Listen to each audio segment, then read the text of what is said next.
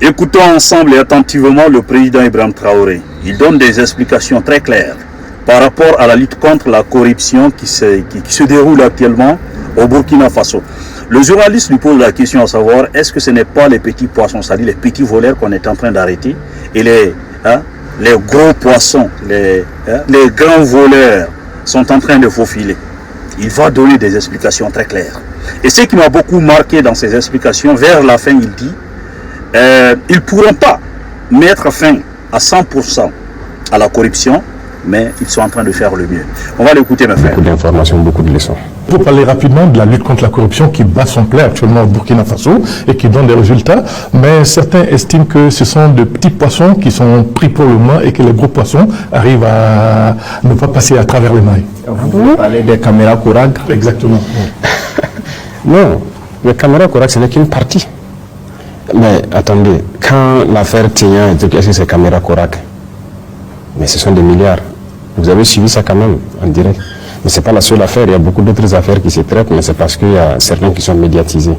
Donc il y a des gros poissons très griffes qui sont pris, mais soit le procès n'est pas public, ou bien il y en a aussi qui ont volé mais qui font ce qu'on appelle la transaction.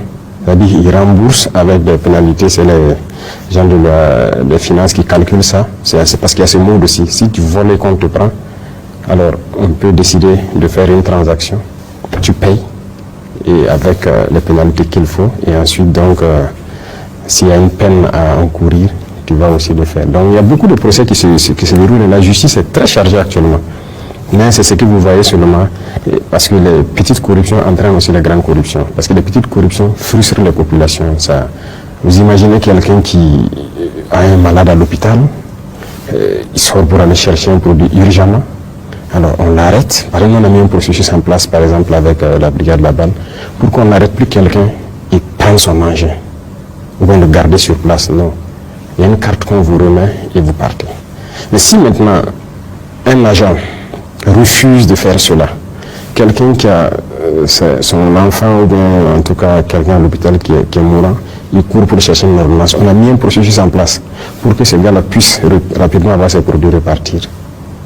Mais vous partez par la corruption, vous gardez le gars, contrairement à ce qu'on dit, et vous exigez ce qu'il paye pour vous, votre poche, au lieu de partir. Donc c'est le préjudice que ça peut créer aux populations. C'est pour ça qu'on combat ça aussi.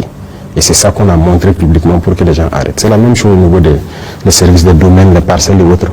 Les gens, vous pouvez partir avec toute votre misère possible, les supplier, mais ils s'en foutent. Pourtant,